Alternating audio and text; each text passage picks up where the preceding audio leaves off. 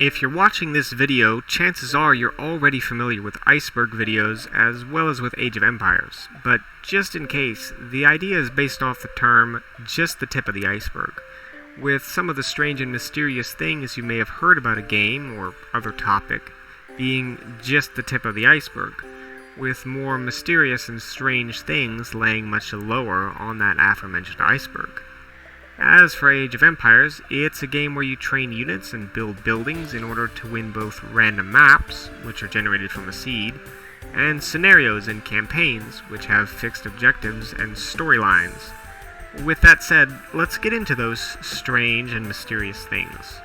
Starting with villager bows. In Age of Empires 2, as well as Age of Mythology, villagers will normally run away if attacked by a human unit, but they'll fight with daggers if manually commanded to do so.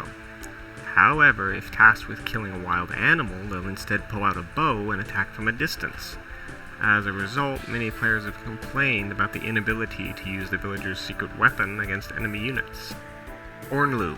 Ornlu is a wolf that appears throughout Age of Empires 2 and its expansions, showing up in 5 separate campaign missions that take place all around the world alongside his son, who appears in a single mission of the Montezuma campaign. As Genghis Khan, the player has to kill him in order to win the loyalty of the Uyghurs, but he appears again in the Eric the Red campaign, leading a pack of wolves to attack the player's outpost once they construct a blacksmith. Cobra. Though most people who have played Age of Empires 2 know this one, Cobra is a blue Shelby Cobra that rapid fires explosive projectiles and can annihilate pretty much any normal unit. It can be summoned by typing in the cheat code, "How do you turn this on?" Naval Shipyard. The Naval Shipyard is a mostly unused building in Age of Mythology. I say mostly unused because although some sources falsely claim that the building is only seen in the scenario editor, there is a single naval shipyard in the town of Ioklos in the single-player campaign, specifically in the mission More Bandits. However, this naval shipyard isn't usable by the player, so it mostly functions as just a set piece. The naval shipyard has an interesting history, as originally in Age of Mythology, in the beta version, docks would be unable to produce any military ship. Instead, naval shipyards would produce naval vessels, while docks would produce only fishing ships and transport ships. This was changed so late into development, in fact, that all 3 of the game's base civilizations still have their own unique variants of the naval shipyard, and the naval shipyard is fully capable of fulfilling all the military functions of the dock if spawned via the scenario editor. Methane Chicken. If you type in the cheat code Bok Bok Boom in all capital letters in Age of Mythology, you'll be granted a god power, giving you the ability to summon a storm of chickens. A countdown will begin to the chicken's death, and much like the Scarab units, when these chickens die, they explode and cause damage to all surrounding units. Shrine. The Shrine is a building present in Age of Mythology's campaigns. Much like the naval shipyard, the Shrine is notable for originally having a much larger role slated for it in the game. While the Shrine is incapable of building or researching anything in the finished version of the game, it would have originally trained myth units and researched mythological tech upgrades much like the temple does now. The temple would have been used during the heroic and mythic ages, the last 2 ages the player can advance to in the game, while the Shrine would have been used early on, essentially as a precursor to the temple. Flying Dog. If you've played the Age of Empires games before, you've probably noticed the little birds that fly around pretty much every map and pretty much just function as scenery. Well, if you enter the cheat code Wolf Wolf, they'll all be replaced by Stormy Dogs. Basically, a black dog wearing a cape that flies around the map. Fork Boy. This is another cheat unit. This one corresponds to the cheat code Tines of Power. It's a bit odd that Fork Boy's unit icon is an Egyptian axeman, and it's also a bit odd that he's a cheat unit, considering that he's not a particularly overpowered unit and can be killed by regular units like Colossi. It's fitting that his description says he's only good against knives and spoons. Overall, a really strange unit, even stranger with his bizarre attack animations that have his fork bend and warp wildly out of proportion into whatever he's attacking. Unlike most of the other cheat and editor-only units, you can't use the Place Object tool to summon him even in the extended edition of the game. If you're getting tired of the cheat units, I'll just breeze through most of the rest.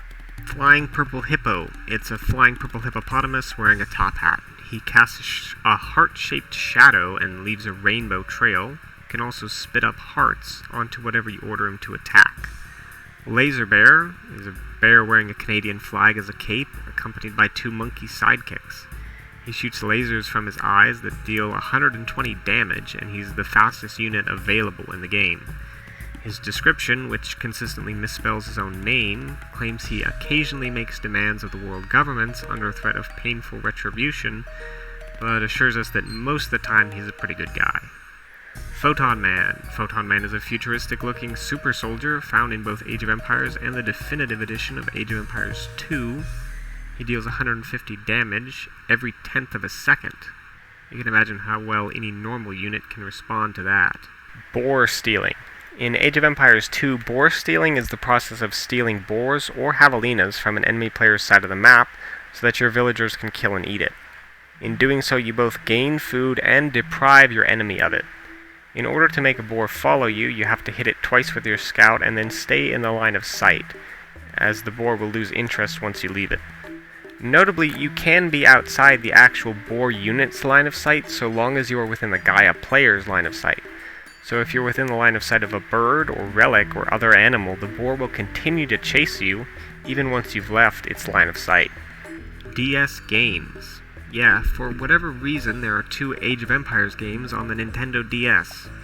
Age of Empires The Age of Kings, and Age of Empires Mythologies, based off of Age of Empires 2 and Age of Mythology respectively. They are not just ports of these games they're based off of either, but fully fledged games with their own stories and mechanics. Oddly enough, they're not even real-time strategy games, but turn-based. It's not too surprising that most Age of Empires fans have probably never heard of these. Furious, or the Ultrasound Unit. Furious the Monkey Boy is a hunched-over, ape-like cheat unit from the Age of the Conquerors expansion to Age of Empires 2. He deals 99 damage and has a 999 damage bonus to buildings, but he has only 9 health. If killed, Furious explodes like a bomb instead of a normal death animation. While a lot of Age of Empires players might already know this, what a lot fewer will know is that the odd gray texture used for Furious the Monkey Boy's icon is actually an ultrasound of an ensemble employee's unborn son. Teutonic Range. In Age of Empires 2, there's a game mode called Nomad, where the player doesn't start with any town, but instead with units and resources to build one wherever he or she likes. Once you place down a town center, you can start training villagers who can in turn harvest resources to build more buildings to expand your power. At this point, you don't really have much in the way of military units, but thankfully your town center can fire arrows at attackers if your villagers are being harassed, so you'll be safe from most threats you can encounter at this age as long as your villagers stay close.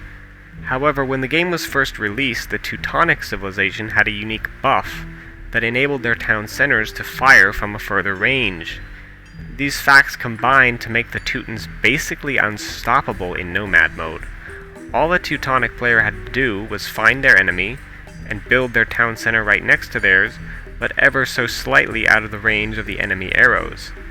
Then, the Teutonic town center could pelt the enemy town center to death with arrows, while it couldn't fight back, whittling it down and eventually killing it. No civilization has the military power to take down an entire town center with units that early in the game, so Teutonic griefing became very popular until this bonus was eventually patched out of the game for balance reasons.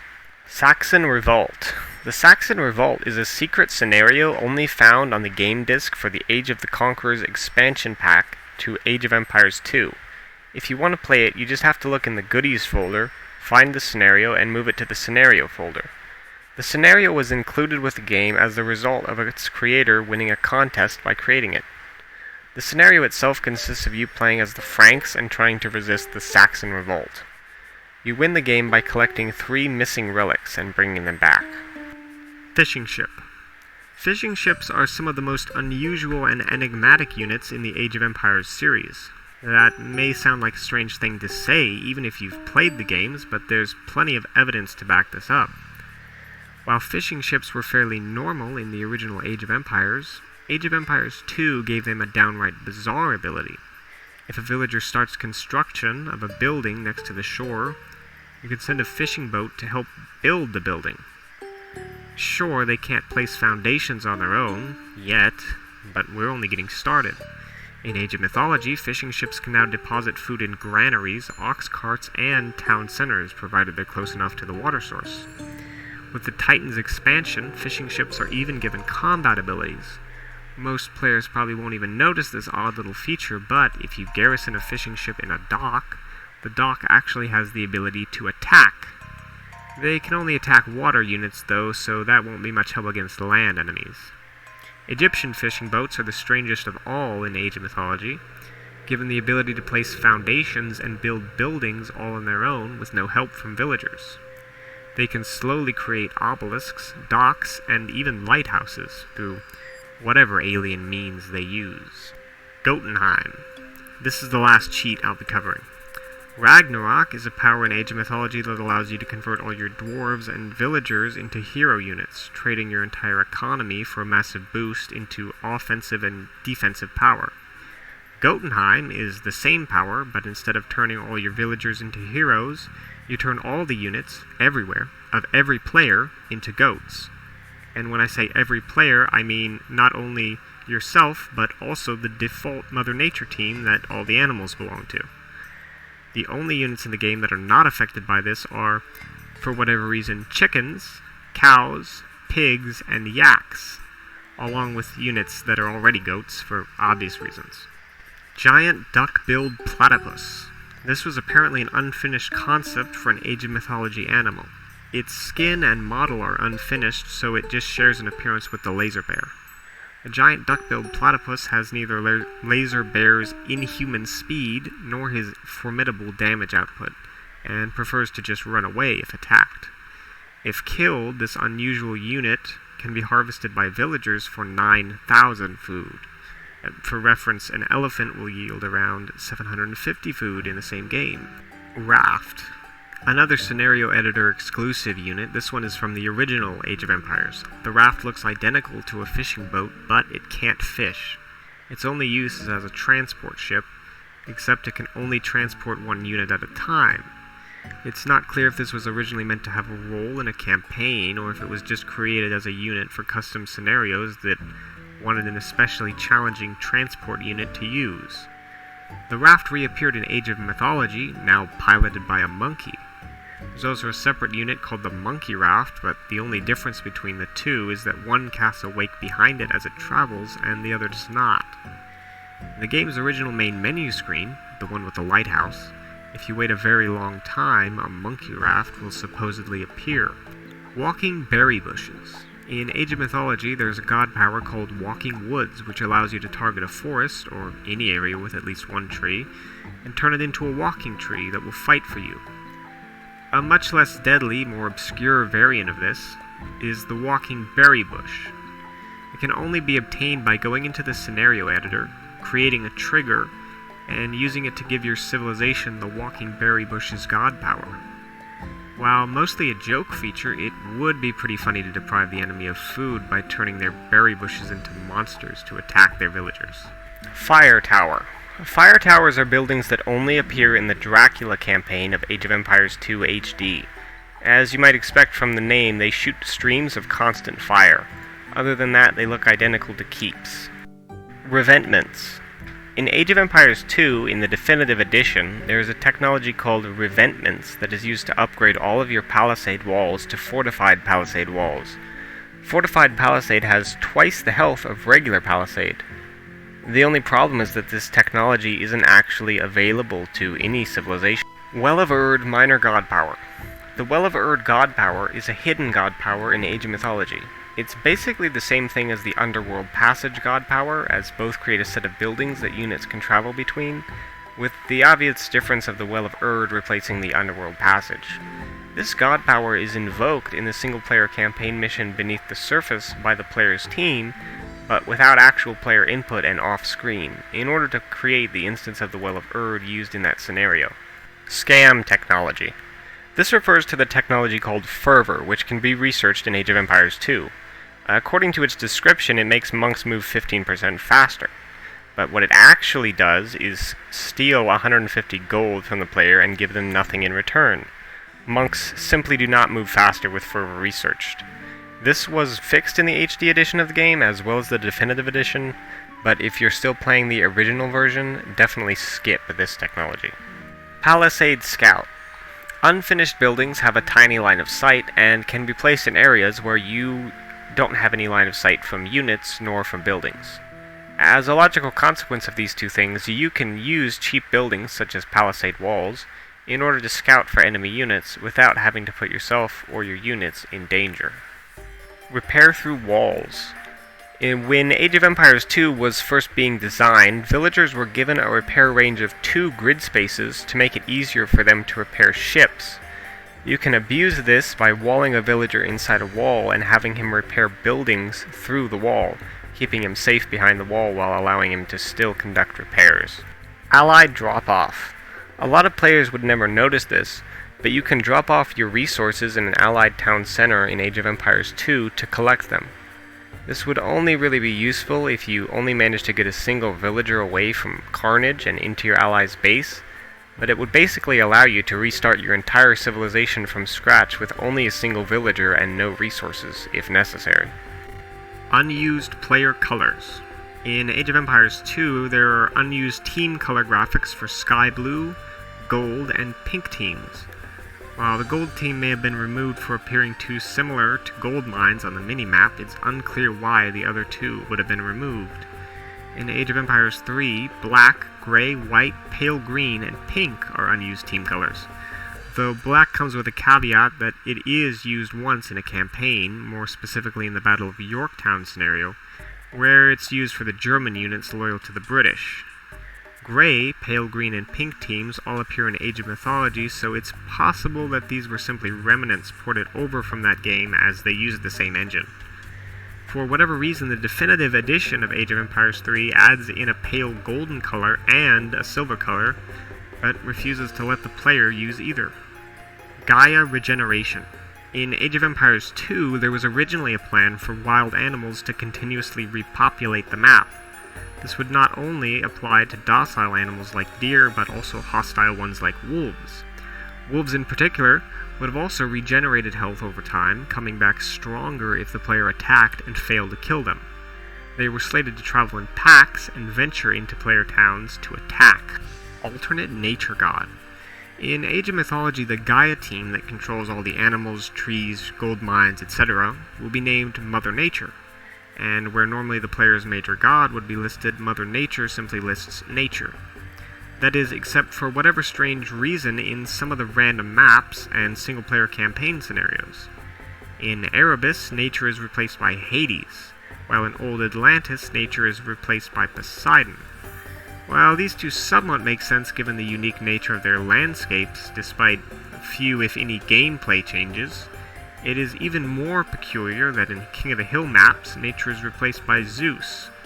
Zeus also replaces Mother Nature in the single-player campaign map Light Sleeper, even though that map takes place in Egypt.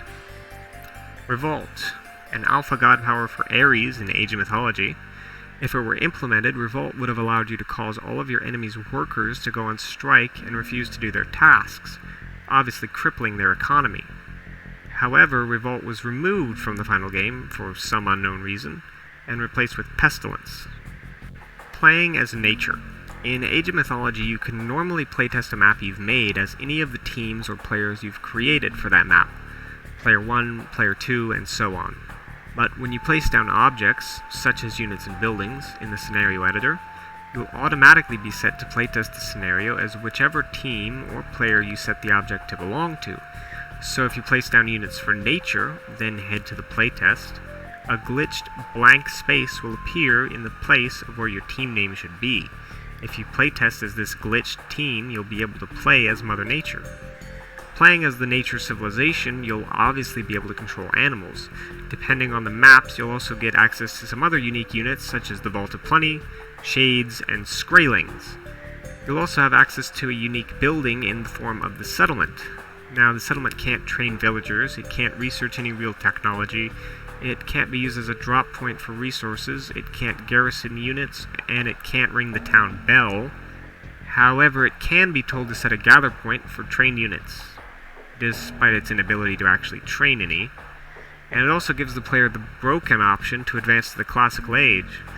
Unfortunately, as the nature major god has no associated minor gods, you're unable to actually pick one in advance. You don't get any god powers unless you're also playing on a map that has Gaia worship a major god, as I discussed earlier. Assuming that's not the case, you'll also get a secret UI that no other civilization in the game uses. Attempting to access your tech tree will show this blank void with no technologies and no units. However, this tech tree isn't entirely accurate.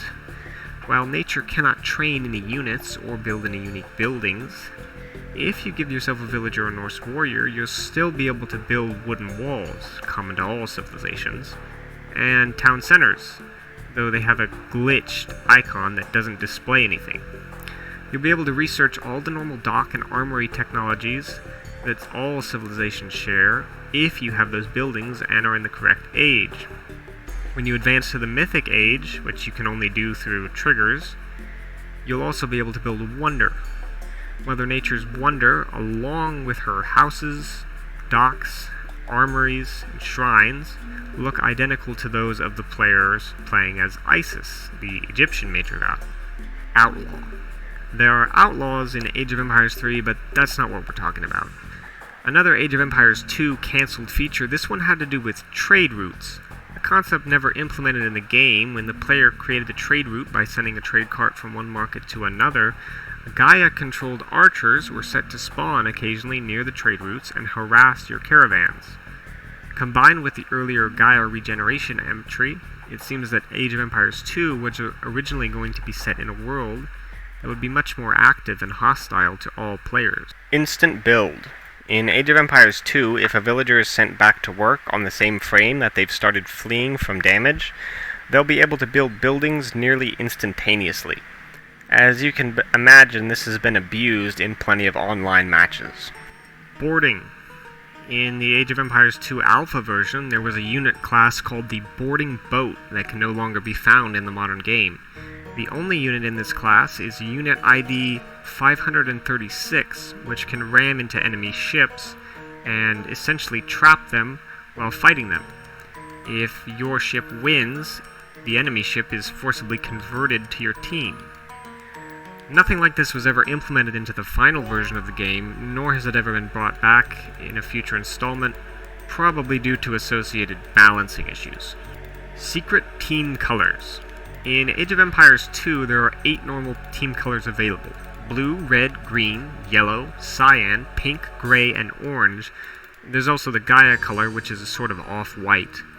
However, these 9, along with the 4 unusable colors I mentioned earlier, that's brown, sky blue, gold, and pink if you didn't remember, are only a fraction of the colors that are actually programmed into the game. If you turn on colorblind mode, you'll have access to chiffon, a sort of pale yellow color, biscay, basically a very dark gray, royal blue, cornflower blue, meteorite, which is a dark purple, olive, which isn't actually olive, but a sort of reddish brown, dark slate gray, another very dark gray, and maroon. Golem. The Golem is an unused myth unit in Age of Mythology. You can summon it using the scenario editor. For whatever reason, all of the unit's textures, models, and animations are complete, except for its unit icon, which uses the Minotaur unit icon as a placeholder. Sea Tower. This is a building that appears in the game files of Age of Empires 2. It can't be built normally, but it can be placed with triggers in the scenario editor. The Sea Tower, as you might expect, is a tower in the middle of the ocean. It functions pretty much like a regular tower, but is one of the few buildings placed at sea instead of on land. There were also sea walls at one point, but from what I've heard, players would use them more offensively than defensively, walling in their enemies' docks, and as a result, they were removed from the final game and haven't been brought back, except in a few single-player campaigns in some of the Age of Empires expansions. Dolphin Hunt. In the Age of Empires 2 beta, you could hunt dolphins. They provided 350 food. In the actual release of the game, they're gone, but another fish that provides 350 food is the marlin, which was added only after the dolphin was removed. A lot of people online have speculated that this was to avoid controversy, which is a bit odd as whaling is found in both Age of Empires 1 and 3, but I suppose it's possible. Dolphins were re-added to the scenario editor in the HD version. The Golden Fleece. This one is from Age of Mythology. The Golden Fleece is a unit that looks identical to a goat. Selecting it, its description reads, "Whoever controls the Golden Fleece wins the game." However, this is a false statement. Controlling the Golden Fleece will not win the player the game. It seems that this was intended to be implemented in a game mode similar to the King of the Hill map, where the player could win by holding onto the Golden Fleece for a certain amount of time. While it's not entirely clear why this game mode never made it into the final release, if I were to speculate, I'd say it was probably removed for not adding much to gameplay. If the Golden Fleece was captured by the player, it would most likely be kept in the most secure part of their base, so by the time any other player took it back, that player would most likely be knocked out of the game entirely in the process, leaving little to distinguish the game mode from Regicide. Fealty. Fealty was a scrapped Age of Empires 2 mechanic.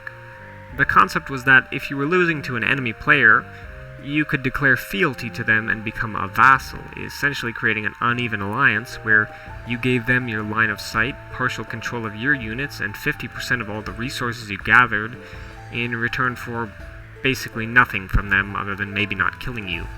Maybe since they can revoke your fealty whenever they like and continue their attack.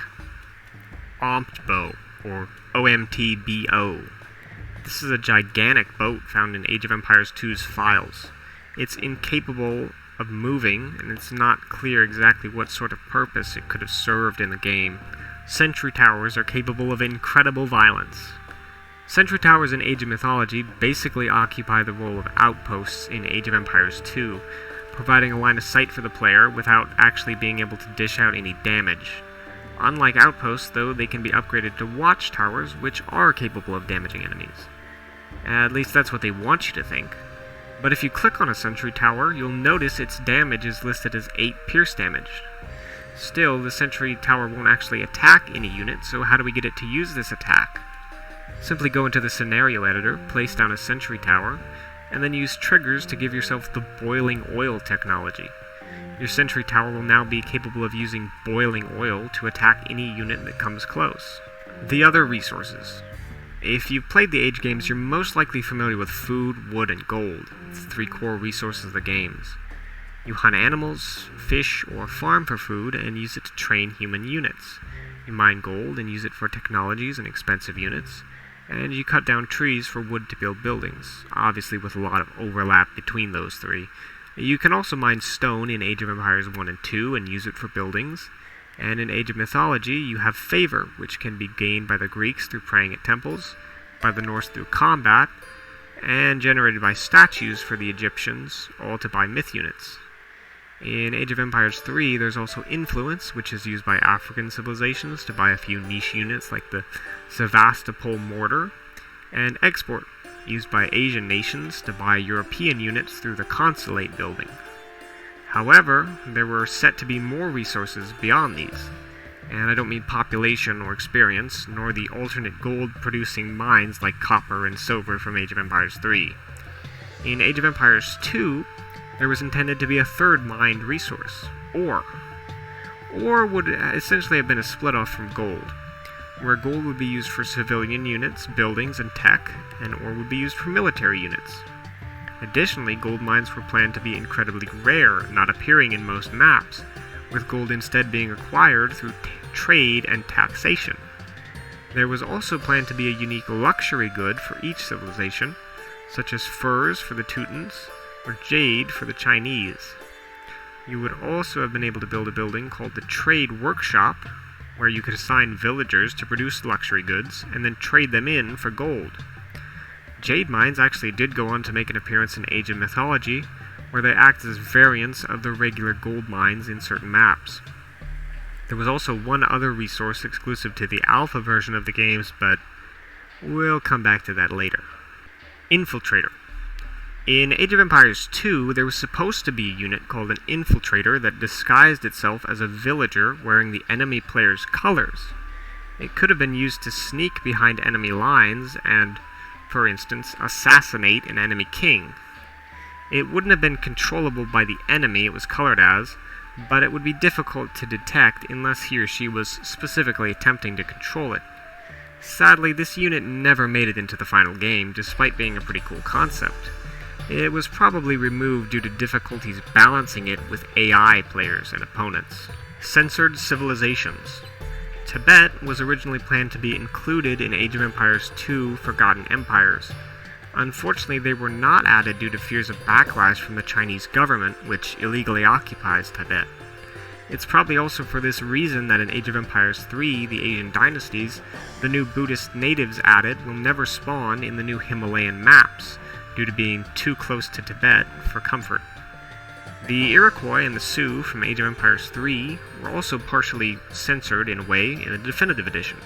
The names of the two native tribes were changed to reflect the Latinized versions of their native names instead of the names given to them by French settlers.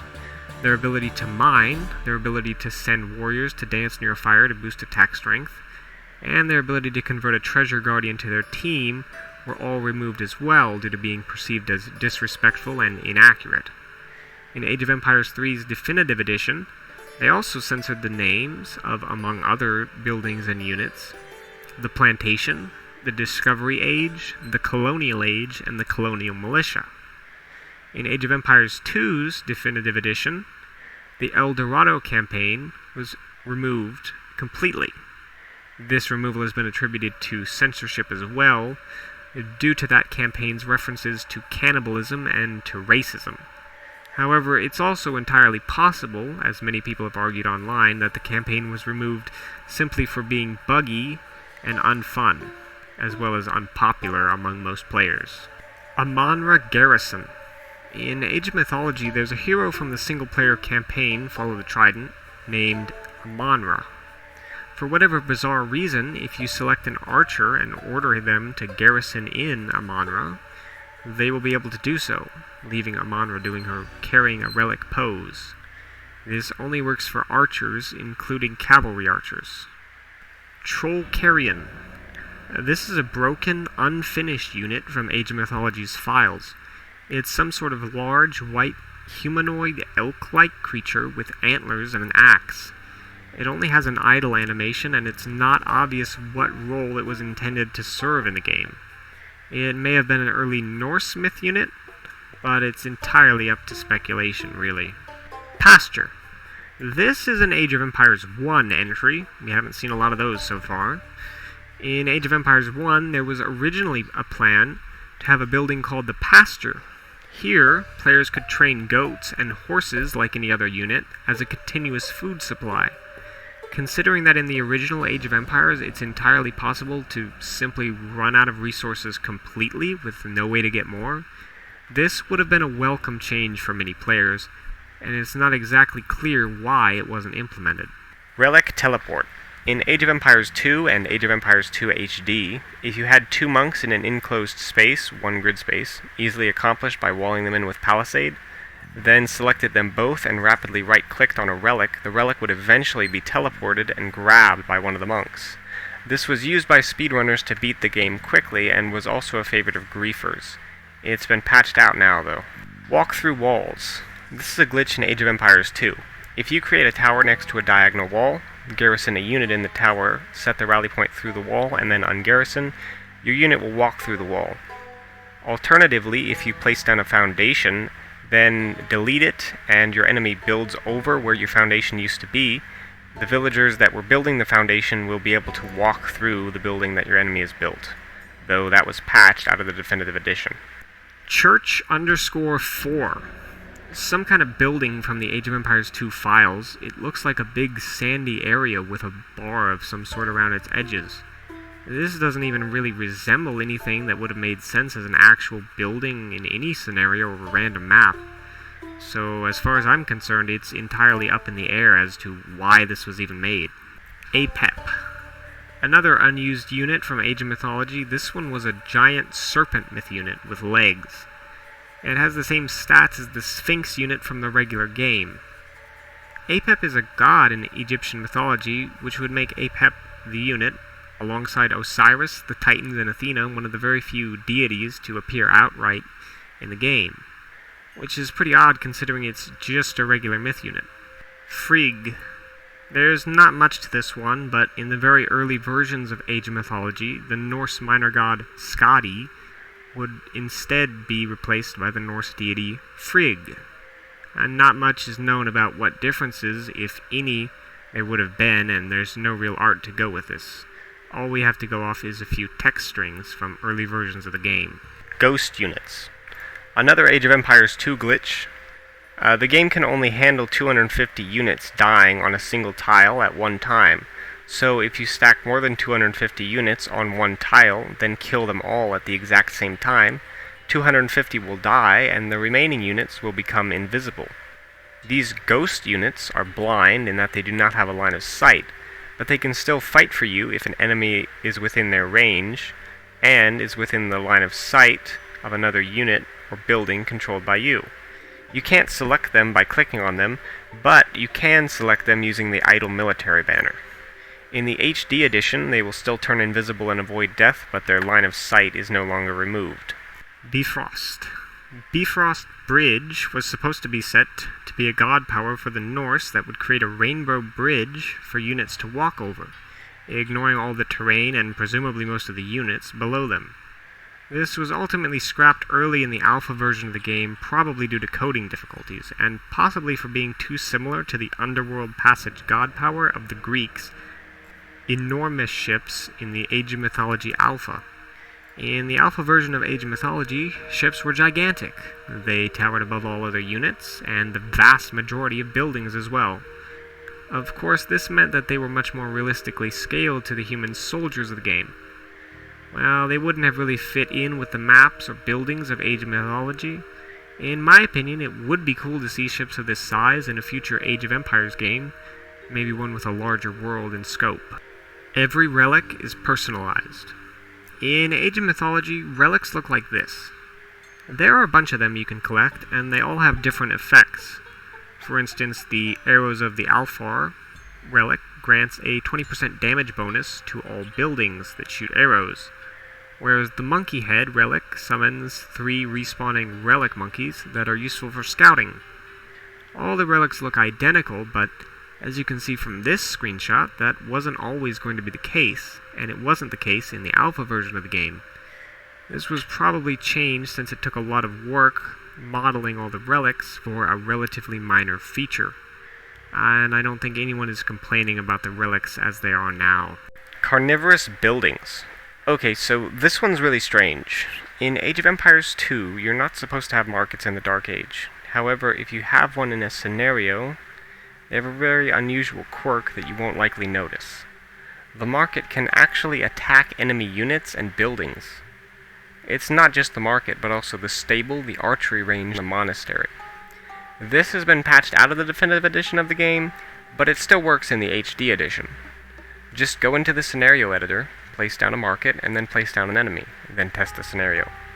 If you task your market on the enemy unit, the market will very slowly kill him, doing about 1 damage every 2 seconds. I really have no idea why this happens. Raider civilizations. Vikings, Celts, and Mongols in Age of Empires 2 were originally envisioned to be raider civilizations. Based on the Ask Sandy FAQs posted by Sandy Peterson on the Age of Kings Heaven website, they were removed from the game simply because they weren't very fun to play as, with the Vikings, Celts, and Mongols just becoming normal civilizations. Raider civilizations would have been unable to advance through the ages, something never otherwise seen with any civilization in any of the Age of Empires games. Raider civilizations would also have a unique mechanic when training troops, in that they would have to garrison a villager in their town center first, and then create the unit, removing the villager in the process.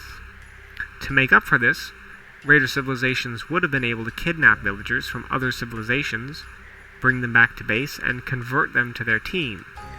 Raider civilizations units also couldn't be converted themselves. Another bonus for Raider civilizations was the ability to pillage. When pillaging, you could essentially use your warriors to gather resources from enemy buildings, attacking them to gather the resources and bringing your raiding party back home to deposit them. The idea was somewhat implemented in the single-player campaign of Age of Mythology, specifically the scenario A Fine Plan, where the player starts with no gold, but can gain it by destroying Trojan storehouses. Age of Mythology Christmas 2001. This refers to a collection of content that was exclusively made for Christmas of 2001 by the Age of Mythology development team, and briefly shown off through a handful of screenshots, most of it never to be seen again. One screenshot showed the Egyptians sliding down snowy sand dunes on the backs of crocodiles, while another shows a Christmas parade of Greek villagers, Norse villagers, and monkeys, as well as hoplites and a camel, carrying some giant balloons of Santa Claus, a snowman, and a monkey with a Santa hat. Another screenshot shows a Norse Christmas tree farm, while the last shows Santa's workshop. Santa himself is a retextured mountain giant, and he can be placed in the game using the scenario editor even today. There's also a reindeer, which is just an elk wearing a Santa hat. While Santa, the reindeer, and the snowman made it into the final game, a few interesting things of note here can be spotted that were never brought into the main game. The first are the little Santa monkey fellows, who seem to be capable of moving resources just like villagers. The second, speaking of resources, are Christmas presents in Santa's workshop.